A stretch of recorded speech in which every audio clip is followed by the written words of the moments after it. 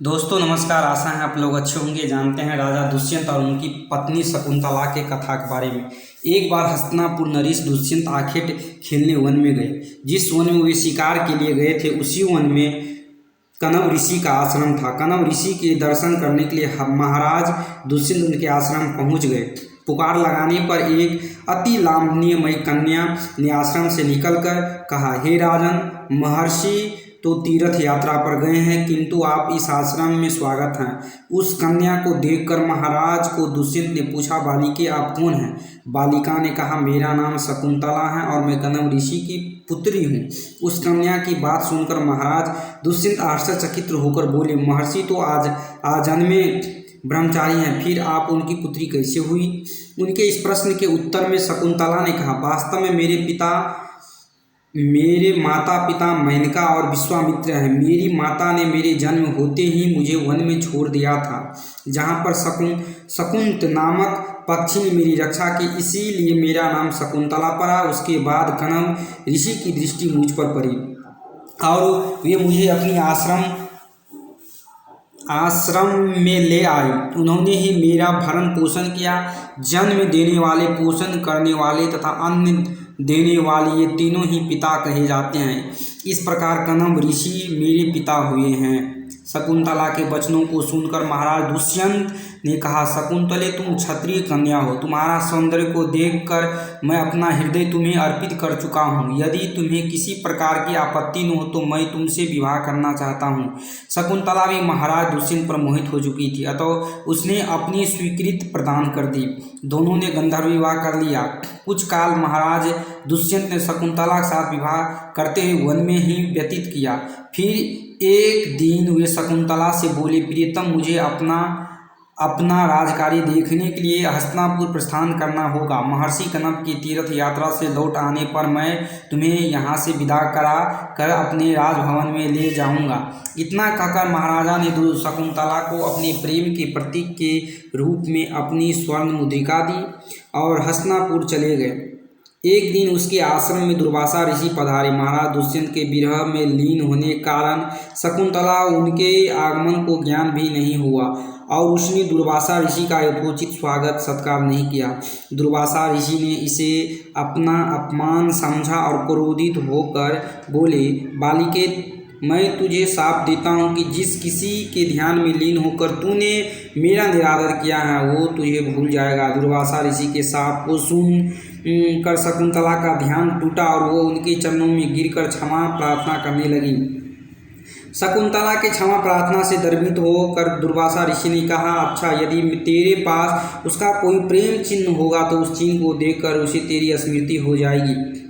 महाराज दुष्यंत के सहवास से शकुंतला गर्भवती हो गई थी। कुछ काल पश्चात कनव ऋषि तीर्थ यात्रा से लौट तब शकुंतला ने उन्हें महाराज दुष्यंत के साथ अपने गंधर्व विवाह के विषय में बताया।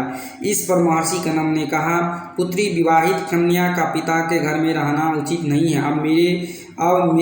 अब तेरे पति का घर ही तेरा घर है। इतना कहकर महर्षि ने शकुंतला को अपने शिष्य के साथ हस्तिनापुर भिजवा दिया। मार्ग में एक सरोवर में आचमन करते समय महाराज दुष्यंत की दी हुई शकुंतला की अंगूठी, जो कि प्रेम चिन्ह थी, सरोवर में वो गिर गई। उस अंगूठी को एक मछली निगल गई।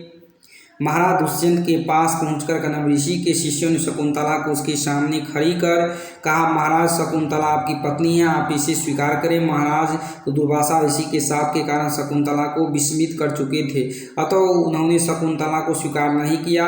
उस पर उल्टा होने का लांछन लगाने लगे।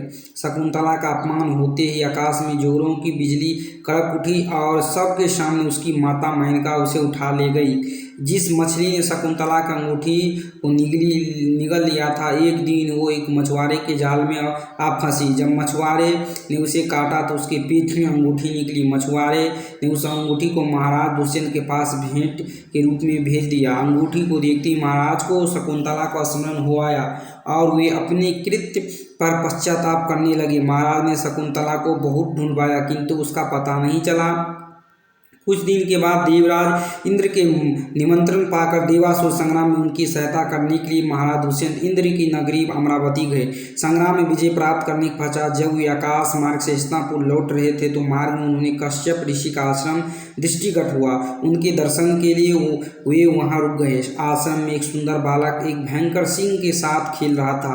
मेनका ने शकुंतला को कश्यप ऋषि के पास लाकर छोड़ा था तथा वो बालक शकुंतला का ही पुत्र था। उस बालक को देखकर महाराज के हृदय में प्रेम की भावना उमड़ पड़ी। वे उसे गोद में उठाने के लिए आगे बढ़े तो शकुंतला की सखी चिल्ला उठी, हे भद्र पुरुष, आप इस बालक को न छुए, अन्यथा उसकी भुजा में बंधा काला डोरा सांप बनकर आपको डस लेगा। यो सुनकर भी दुष्यंत स्वयं को न रोक सके और बालक को अपनी गोद में उठा लिया। अब सखी ने आश्चर्य से देखा कि बालक के भुजा में बंधा काला डंडा पृथ्वी पर गिर गया। सखी को ज्ञात था कि बालक को जब कभी भी उसके पिता अपने गोद में लेगा वो काला डोरा पृथ्वी पर गिर जाएगा। सखी ने प्रसन्न होकर समस्त वृत्तांत शकुंतला को सुनाया। शकुंतला महाराज दुष्यंत के पास आई। महाराज ने शकुंतला को पहचान लिया।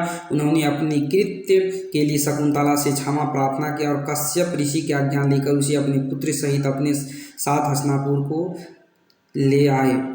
महाराज दुष्यंत और शकुंतला के उसके पुत्र का नाम भरत था। बाद में वे भरत महान प्रतापी सम्राट बने और उन्हीं के नाम पर हमारा देश का नाम भारत पड़ा।